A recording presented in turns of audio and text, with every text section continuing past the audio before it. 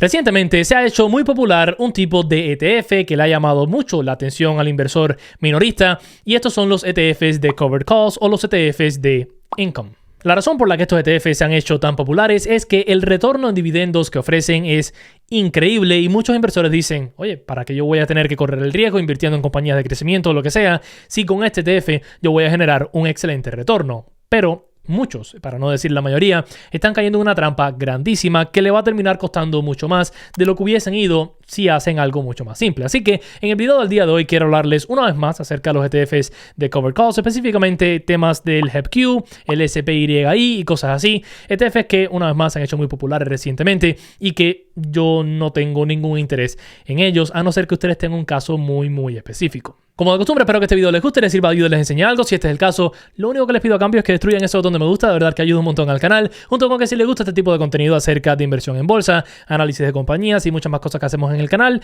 suscríbanse, están en el lugar correcto. Pero bueno, diciendo eso, saltemos a hablar acerca de unos cuantos de estos ETFs y cómo funcionan y por qué razón son tan atractivos para muchas personas. Y bueno, aquí estamos viendo sin duda alguna uno de los más populares, sobre todo recientemente, que va a ser el HEPQ. Este es un ETF de JP Morgan que le está haciendo Covered Calls prácticamente, que es una estrategia de opciones a las compañías dentro del Nasdaq. Podemos ver que en el último año el mismo ha generado 16.91% de retorno añadido al 10.59% de yield o de dividendos que paga. O sea que basado en cómo están las cosas ahora, usted va a estar recibiendo $6.17 por acción que usted tenga del HEPQ en su portafolio todos los años. Y esto tengan en cuenta que se lo van a estar pagando de forma mensual y al menos el último pago anunciado fue de 56 centavos. Ahora, antes de hablar acerca de los negativos, ¿por qué razón los inversores se ven muy atraídos a este tipo de ETFs? Muy simple, porque está viendo acá que dice 10 punto y pico por ciento de retorno y está viendo acá que el ETF le ha generado 16% de ganancia también en el último año y dicen, oye, mira, supuestamente las inversiones uno pudiese esperar alrededor de 7 a 10% de retorno al año. Este ETF me está pagando 10% nada más, junto con que me está dando más retorno todavía. Así que ¿para qué voy a poner mi dinero en otro lugar? Si yo quiero invertir en dividendos o si yo quiero invertir en inclusive crecimiento, ¿por qué voy a poner mi dinero en cualquier otro lugar que no sea este HEPQ? Ahora, esa es la trampa y desgraciadamente muchos inversores caen en la misma, sobre todo inversores principiantes, ya que cuando empezamos a mirar un poco más profundamente, un poco más detalladamente a estos ETFs, podemos ver que no es tan bonito todo como dicen. Comenzando con esos dividendos, aunque sí, lo que el ETF está pagando hoy por hoy son 56 centavos por mes, disculpen,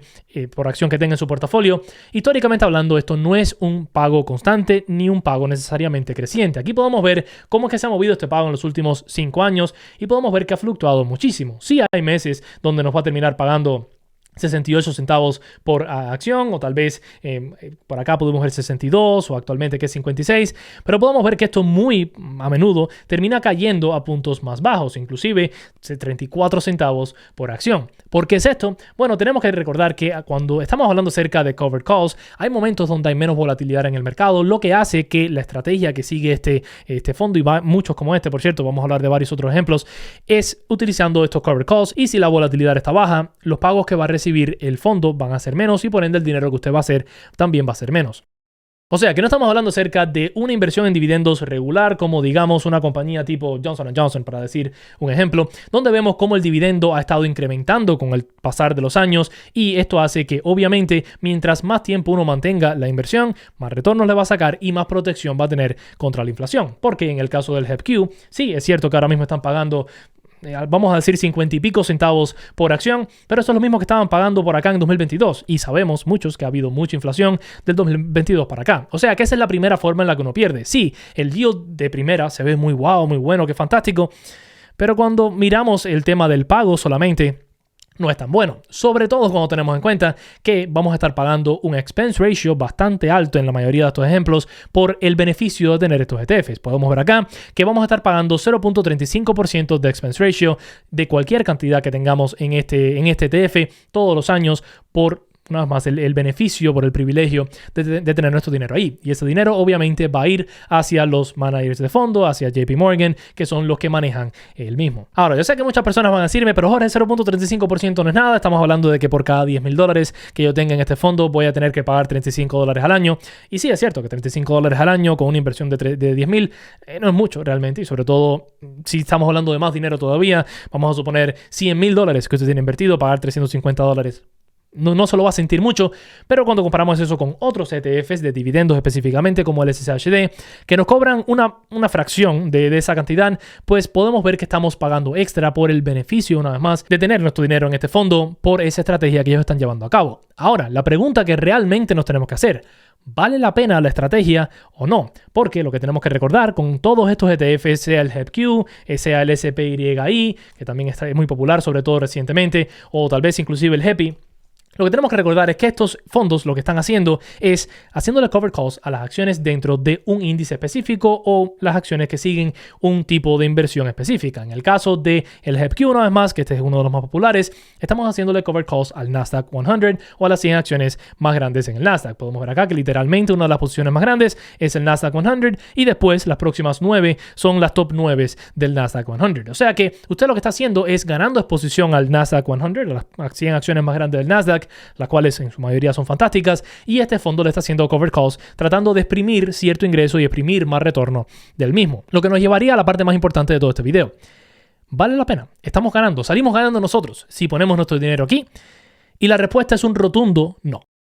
Aquí estamos viendo un gráfico que las personas que tienden a recomendar este tipo de inversiones nunca les van a mostrar porque prácticamente acaba con cualquiera de las teorías que nos digan. En este gráfico estamos viendo los retornos totales reales, o sea, incluyendo dividendos de una inversión en el QQQ comparado con el HEPQ, asumiendo que hubiésemos puesto la cantidad de dinero, la misma cantidad de dinero en ambas de estas inversiones cuando el HEPQ salió al mercado, ya que este salió mucho después que el QQQ. Podemos ver como al principio estaban bastante pegados, cada vez que el QQQ caía mucho, el HEPQ también, y en ciertos momentos inclusive el HEPQ tuvo un mejor retorno, sobre todo acá en la segunda mitad del 2022, pero después, con la subida que hemos visto en el mercado en el transcurso del tiempo, podemos ver cómo esto se va ampliando más y más y más y más y más, y sobre todo a partir de febrero de 2025 podemos ver cómo los retornos del QQQ totales han sido considerablemente mayores que los del HEPQ. Una vez más, aquí estamos hablando acerca de retornos totales, asumiendo que una vez que usted reciba el dividendo, lo reinvierta de una vez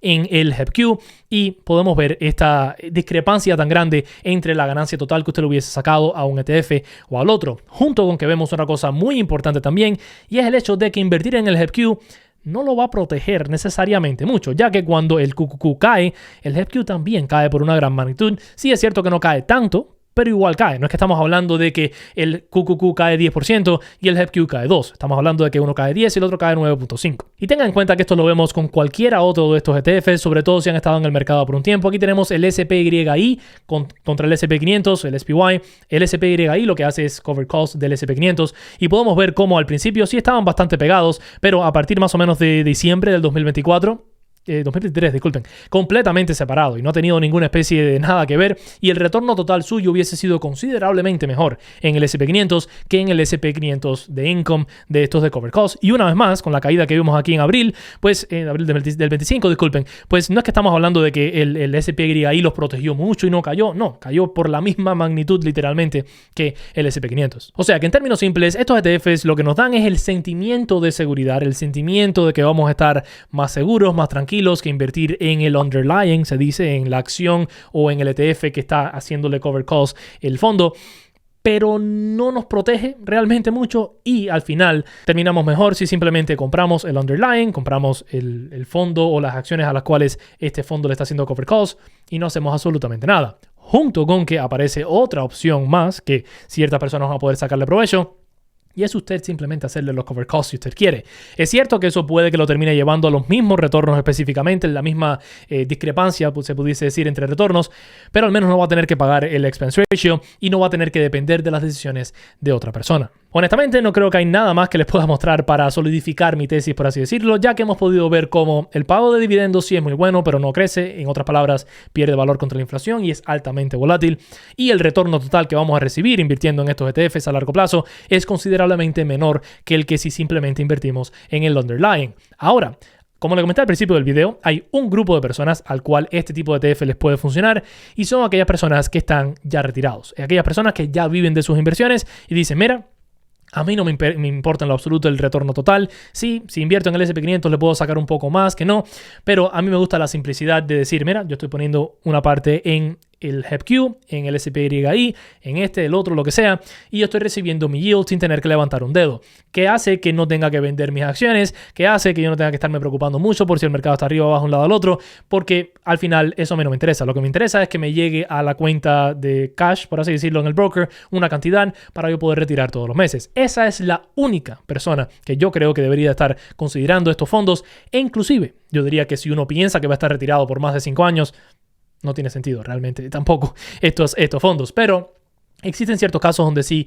puntualmente va a valer la pena. Pero si tú eres una persona que tiene 20, 30, 40, 50, 60 años y está tratando de invertir para hacer crecer su capital y el día de mañana poder retirarse y poder sacar cierto dinero,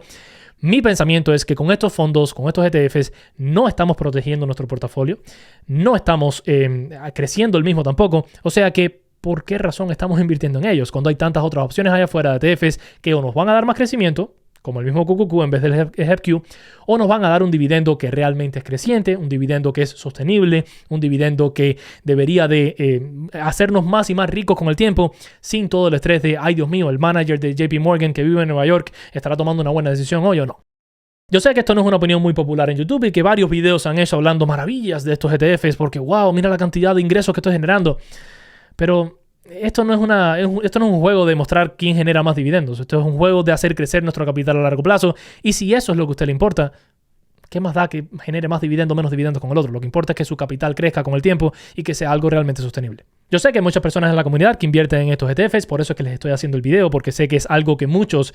consideran como parte de sus inversiones y no quiero que se lo tomen a mal, no quiero que piensen que tampoco esto es la peor inversión del mundo. Si usted se siente mejor comprando el HEPQ que el QQQ, pues bueno, adelante, ¿no? Cada cual libre hacer lo que quiera con su dinero, pero creo que es muy importante saber qué es lo que nos estamos perdiendo o saber dónde es que nos estamos metiendo, y yo creo que al mirar esos 2 puntos de información, los retornos totales reales y el dividendo que realmente no es creciente ni necesariamente estable porque fluctúa mucho, debería demostrarles que puede que existan mejores opciones que se alineen más con lo que usted realmente quiere llegar a hacer con sus inversiones y que lo ayuden mejor a llegar a sus metas. Pero bueno, realmente eso va a ser todo con el video del día de hoy. Solamente quería explicarles por qué razón a mí no me gustan estos ETFs y por qué razón no los recomiendo, porque en varios videos directos y demás he mencionado esto por arribita y muchas personas se quedan confundidas de por qué lo digo. Como de costumbre, si tienen cualquier preguntita para mí, sugerencia o lo que sea, me pueden dejar saber en los comentarios. Junto con eso, ya que están por ahí abajo, recuerden que en la descripción les voy a estar dejando el enlace a mi grupo privado de Patreon, donde les ofrezco un montón de contenido exclusivo. Estamos hablando acerca de análisis de compañías de forma semanal, clases de forma semanal, directos todos los días que abro la bolsa, donde hago compras y ventas en vivo en dependencia de lo que toca hacer en el día, obviamente,